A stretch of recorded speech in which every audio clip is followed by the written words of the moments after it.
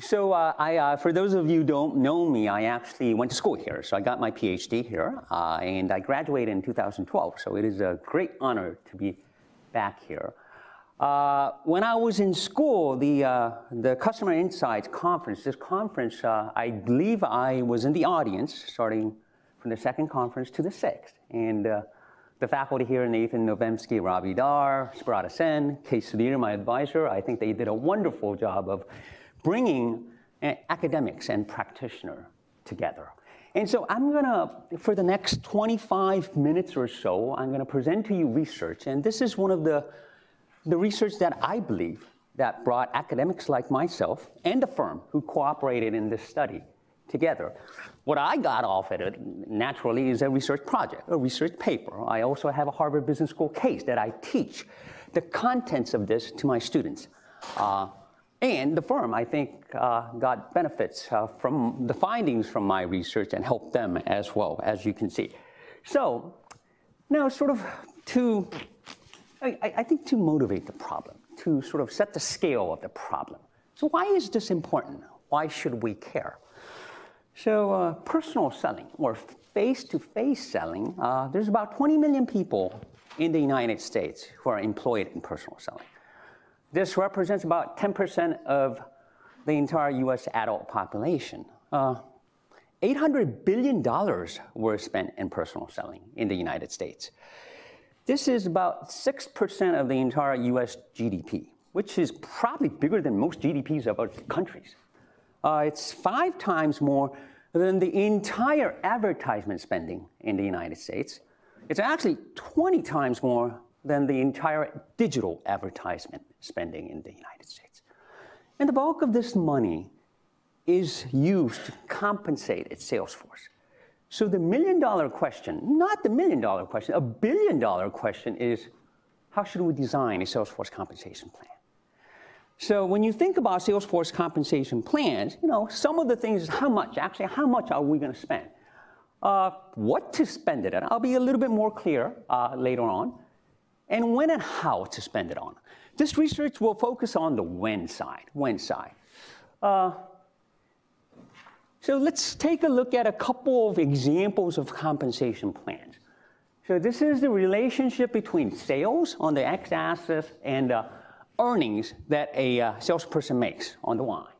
So that's, you have the small salary up there, and then a commission, a linear commission, a percentage of everything you sell, you get as income. And then there's other plans that involves a quota. So quota is kind of a goal, and the practitioners out there, you probably have quotas of yourself. So you could start earning a lump sum bonus, a bonus of $5,000 if you sell $1,000, something like that. Quota, you could start earning commissions off that. Obviously, there could be a more complicated plan. And then if you add in like the temporal dimension, like on December you get this, in January you get this, soon it gets really, really complicated. And for the practitioners out there, I think you probably, some places have quotas for different product lines. So it gets very, very complicated. Some of the firms that I've consulted with, actually, their Salesforce compensation plan, it's literally a book. It's a book. So it gets really complicated really fast. Now, most of the firms in the United States, they utilize this quota system. As you can see, about more than 70% of the firms in the United States utilize some sort of a quota, but actually in the literature, and both in academics and in the industry, there's limited research in this area. So once again, the billion-dollar question is, what is the appropriate frequency of quotas? It's a very simple question. It's this. It's, at the end of the day, it's this. So we have our salesperson, Vineet. You know, he actually is a very good salesperson. So he would sell me his ideas. He once tried selling me the Empire State Building. But he's a very good salesperson. But should we compensate him by setting a big goal and giving him a large carrot? Or for any incremental goal, giving him small bits of carrots? Sounds like a very, very simple question. This is the research question. Any questions thus far about the research question? Yes, please. Sales systems are changing in a way that you don't compensate only. Sales systems are changing in a way that you don't compensate only for sales, but actually for sales and retention. That means that you will have to compensate not only for the things that you sell, but the persistency of your clients. Do you factor this, or do you think that that is relevant? Okay, so once again, I think what the gentleman here was mentioning too was sometimes compensation systems are set as you get differently compensated based on acquisition versus retention of your customers. Now, obviously, like I said, once you factor those in, the compensation becomes super complicated. So my purpose here is to set everything constant and just change this. Now, this also is easier said than actually done. Because think about this, to actually run one of these kind of field experiments, a real firm has to have different compensation plans for different people. You get into issues of fairness, etc., which I will address later on. Any questions about the research question? It's a fairly straightforward question. Big carrot versus number of small carrots. Okay, all right, so let's get into the details. The interesting into the details in the field experiment. So it's a major Swedish retailer. It's actually the second, sometimes the third biggest Swedish retailer in Sweden, obviously. It was 94 stores, 350 salespeople were involved. Products were small size electronics goods, accessories, electronic parts. The prices were ranged from $1 to $500. Average was about $20. So the focal firm's goal with compensation was develop a more motivating compensation plan. So their current compensation, their compensation plan was set on a monthly quota. Monthly quota, for example, let's go back to our salesperson, Vinit. If Vinit sells a certain amount of money, within a month, he's going to start earning some kind of a commission and a bonus on top of that. What the CEO went out on a field trip with his sales directors and regional sales managers. What they found out was in Sweden, if it's sunny outside, people don't come shopping. They go out. So if, for example, in the first week of a month, it was sunny outside, bright and sunny, nobody came shopping. So no matter how much Vinit puts in effort for the next 3 weeks, he's not going to make quota. So he's going to simply give up. That's the kind of behavior that the CEO witnessed. So he wanted to avoid that. So a more motivating plan. Now, at the same time, want to be easily adaptable, versatile, and controlled by only a few parameters, cost neutral to the current plan, the monthly plan. So that's where we got in, and why don't we shorten the frequency of quotas? Now, to do that, we needed a control group that still was on a monthly quota, and we had to persuade management for the experiment. Now, this was actually very difficult. Very difficult because it goes against the company culture. And this company is one for all HR policy, they say. So everyone will be under the same condition. And to have different plans for different groups of people, it was they thought it was unethical. Has anyone been to Sweden? That was a lot. So fairness is a big deal here. Like, guess what the effective income tax rate in Sweden is? It's gonna make you sick, actually. It's very, very high. Fairness is a big deal here. So once again, it goes against the country's culture as well. So it was very challenging to persuade this. The other thing was they avoid the water cooler effect. So many probably familiar with what's called the water cooler effect. It's basically, Kozuke here and Vinit, let's say we're trying to experiment how Vinit's going to react to a certain type of control or treatment. Now, if they talk to each other or they're in different plans, then it would contaminate the result. Now, the firm was more worried about this because they did not want people to realize that some people were under different plans. So the field experiment was, we changed the monthly quota plan to a daily quota plan. A little bit extreme. So now you used to be evaluated every month, what you sold entire month. Now Vinit's getting evaluated every day. And he's getting compensated based on that. The period for the experiment was up to April 30th. It was the same plan, and May 1st, the plan changed for the treatment group. Treatment group was for 79 stores, April, a monthly quota, May, a daily quota. The control group was 7 stores, April monthly, May monthly. Now, obviously, I would have wanted, as a researcher, would have wanted more control stores. The difficulty here was the firm was so concerned about spillover of information, so concerned about fairness.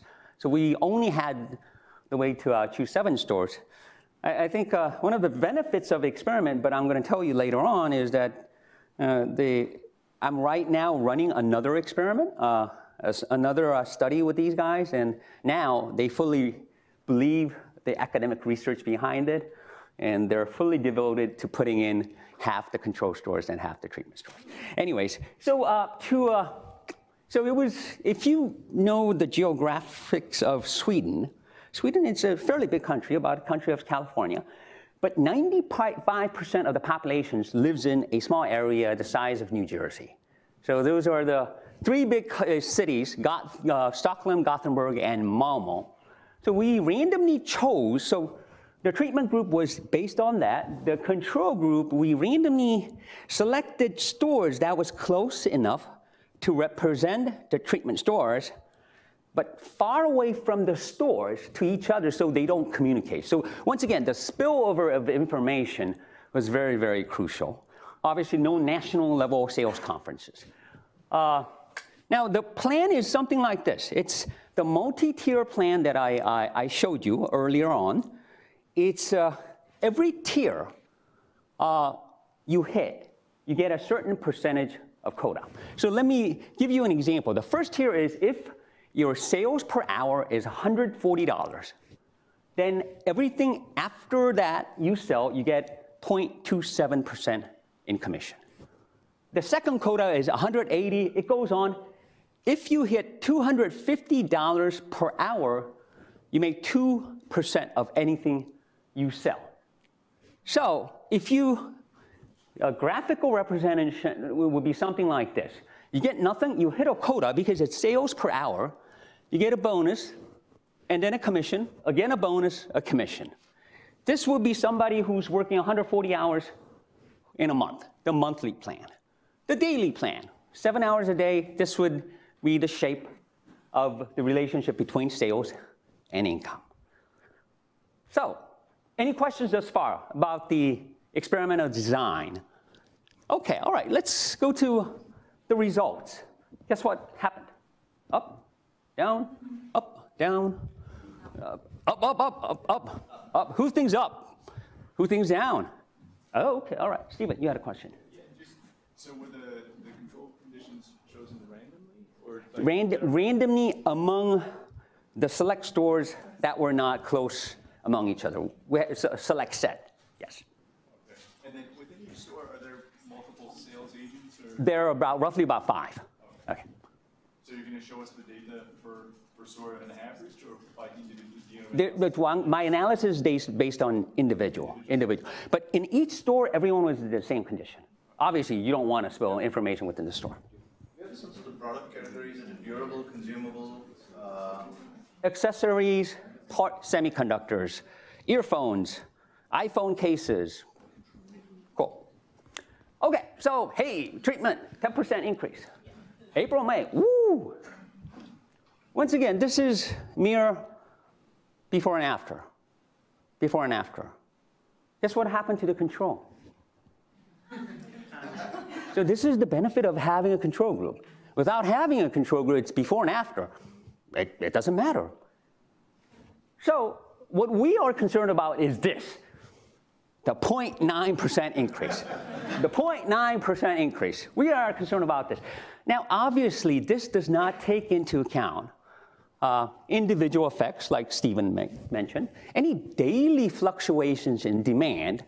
So that's where the modeling comes in. So this is a model. It's a fairly simple model of Vinit's actions. Vinit's sales will be an effect of Vinit's productivity, individual heterogeneity, any time effect. Sometimes it's a Sunday, it's more sales, less sales, any kind of time effects.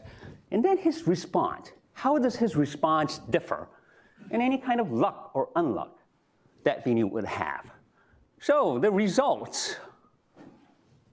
Let me go through the results. Let me explain what these mean. So the Q1 up there, I did a quartile split of productivity of salespeople. The Q1 up there is the lowest 25% productivity before the experiment, and what their response was. Q4 is the highest 25%. So you can think of the Q1s as the lousy or bad salesperson like myself. The Q4 is the good salesperson like Vinit. What this tells, and graphically, this is more, the numbers in bold are significant.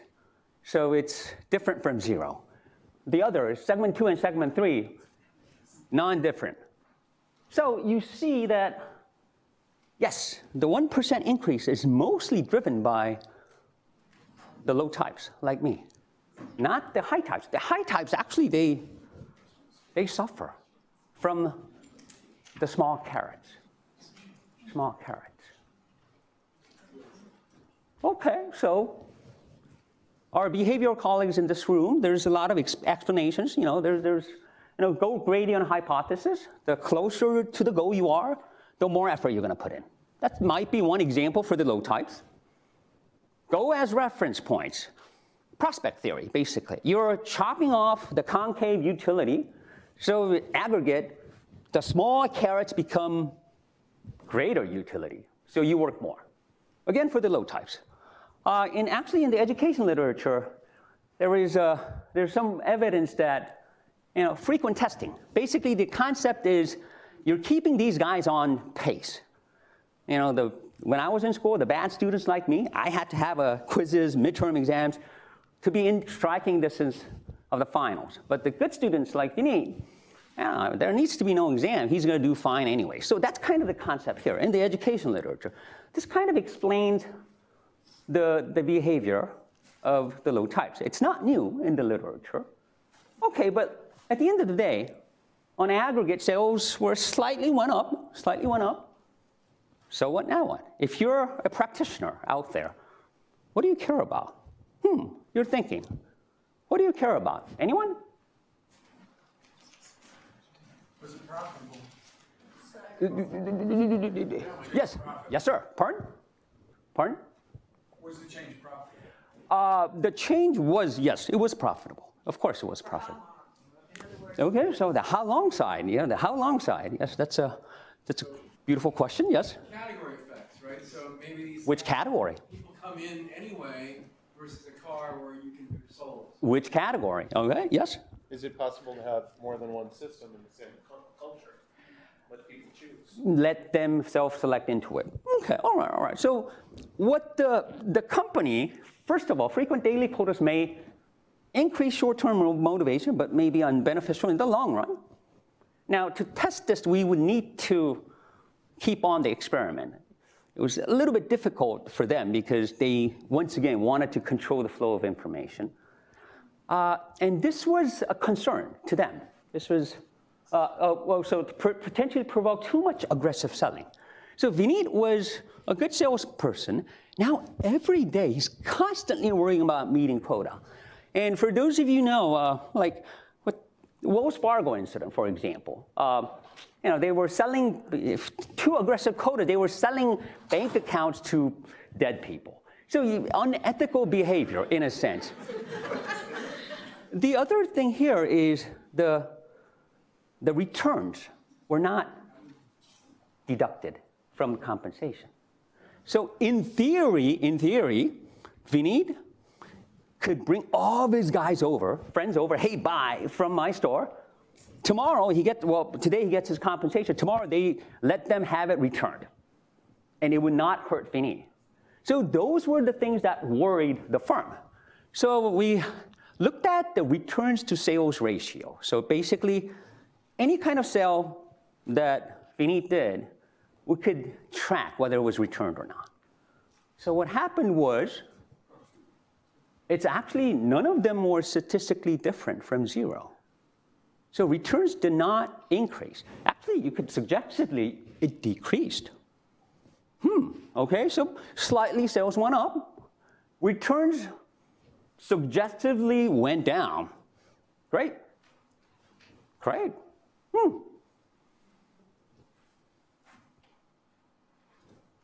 Any thoughts? Hey, this is great, right? We should change it. Okay, all right, so let me take a look at other stuff. Where's the actual productivity coming from?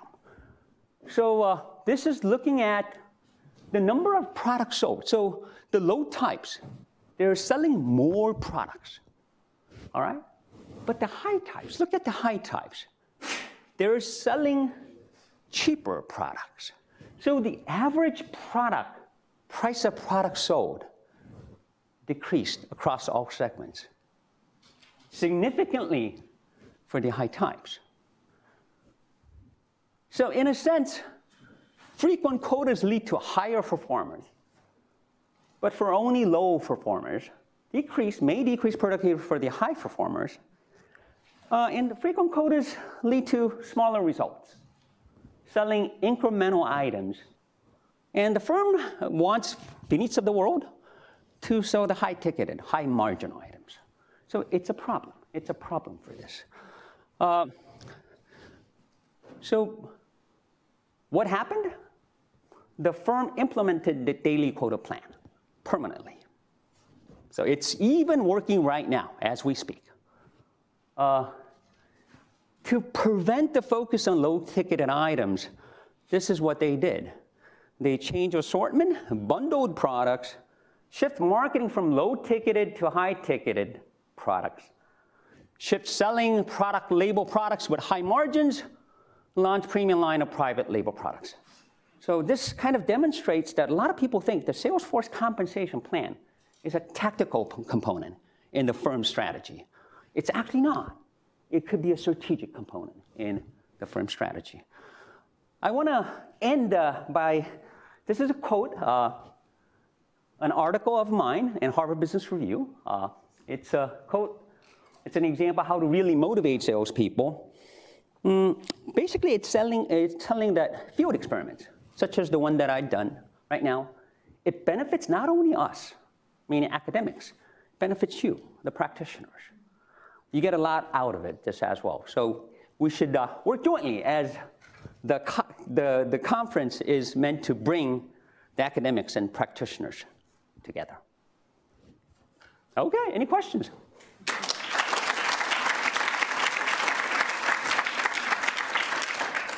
Did you measure NPS? NPS. Sorry, Net Promoter Score, or like the effect on customer experience? Customer experience. We did. So customer satisfaction survey was no result. No difference. No difference. Yes. Customer satisfaction score. Yeah. Yes, sir. Did you measure the feelings of the salespeople? Use your microphones. Did you measure the feelings of the salespeople? I mean, in other words, I see. Someone who's working under a daily quota might be unhappy. So we didn't, but the retention rate did not change. So the retention rate, so the attrition rate did not change. Over what period of time? So compare, this was done in 2015, compare 2015 to 2016. 2016 to 2017, it did not change. It has been very stable. So that kind of, maybe it's okay, yeah. Yes, sir. So I was wondering what, So what might happen when this low performance, they become high performance? So they move to the high performance group, and you showed that it doesn't work for the high performance. So will their performance go down when they are in that group? And what happens if the entire performance of the sales team is high?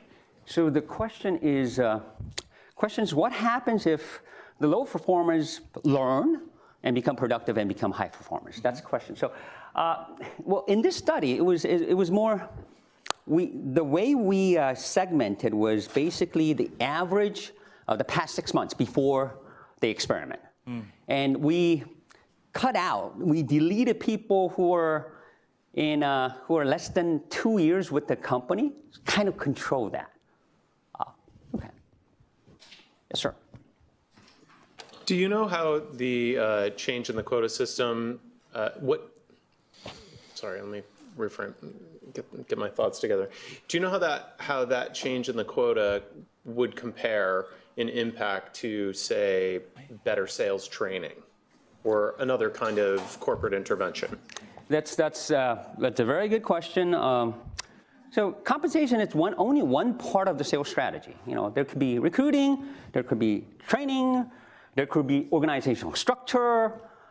So I'm looking into the impact of training on compensation as we speak. I don't have the answers for that right now.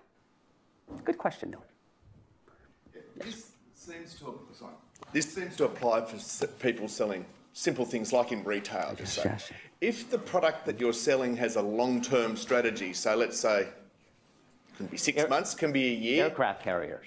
Yeah, aircraft. Yes, Yeah. yeah. So how does the thinking behind this apply in a longer-term kind of, sale? Yeah. So it's a wonderful question, and I mean, obviously, you can't experiment with aircraft carrier salespeople on this. But if you were to say, I think, once again, I think this would hold basically, but it's relatively hold. In a sense here, the high performers, after the study, I went and talked to them, they were focusing on the relatively longer sales cycle products in the monthly plan.